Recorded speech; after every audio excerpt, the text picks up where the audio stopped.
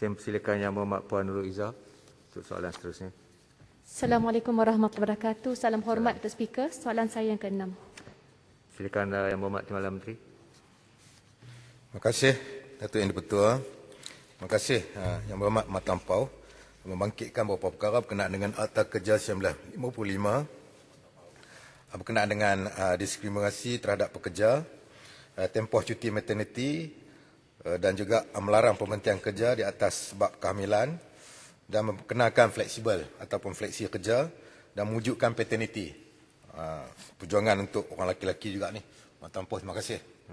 Yang Berhormat Tuan Di-Pertua, untuk makluman ahli-ahli Dewan Yang Mulia ini, Kementerian Sumber Manusia sedang dalam peringkat akhir meminda Akta Kerja 1955 dengan mewujudkan beberapa peruntukan baru termasuk larangan diskriminasi terhadap pekerja, peningkatan tempoh cuti bersalin, larangan pemberhentian kerja atas sebab kehamilan dan waktu kerja fleksibel ataupun waktu kerja fleksi dan juga cuti kepada orang lelaki untuk paternity bagi mengambil alih tugas-tugas isteri yang bersalin.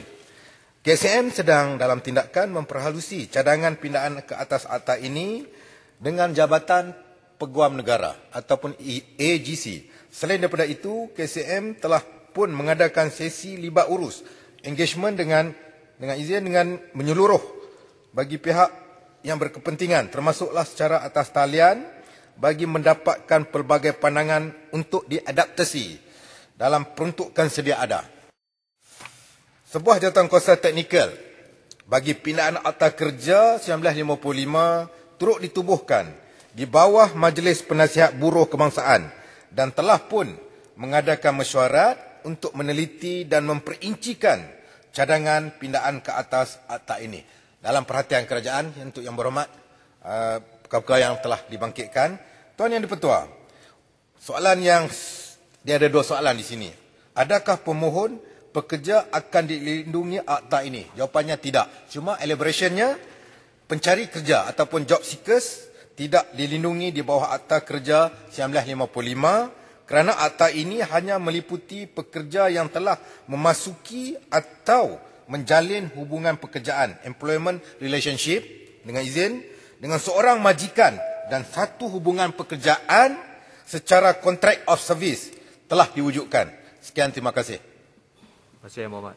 Silakan Yang Berhormat Puan Nurul Izzah. Terima kasih Speaker, terima kasih juga Yang Berhormat Timbalan Menteri di atas jawapan. Walaupun saya mengharap mungkin diambil kira permohonan pekerja bagi masa depan. Soalan susulan saya, memandangkan kita dalam zaman pasca COVID sekarang, ada perkiraan yang melibatkan pekerja gig.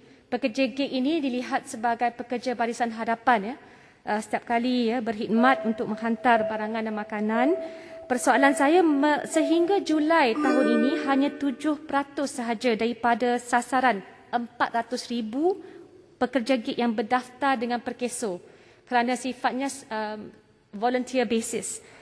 Adakah kerajaan akan mengambil kira pelaksanaan skim perlindungan sosial secara automatik bagi mereka yang berumur 16 tahun ke atas untuk melindungi setiap pekerja secara automatik dari segi kesihatan, dari segi kemalangan tempat kerja dan juga manfaat bagi anggota keluarga lainnya. Kerana pekerja gig terlalu kecil jumlahnya yang berdaftar secara sukarelawan. Mohon jawapan. Terima kasih.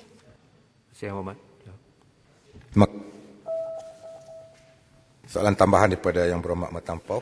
Alhamdulillah, saya bersetuju dengan dibangkitkan terutamanya berkenaan dengan pekerja gig ini. Dan kesan baik daripada tindakan kerajaan berkenaan dengan pekerja gig ini ataupun gig ekonomi ini.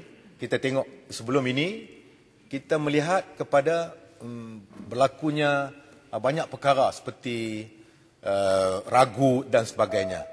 Dan juga rempit.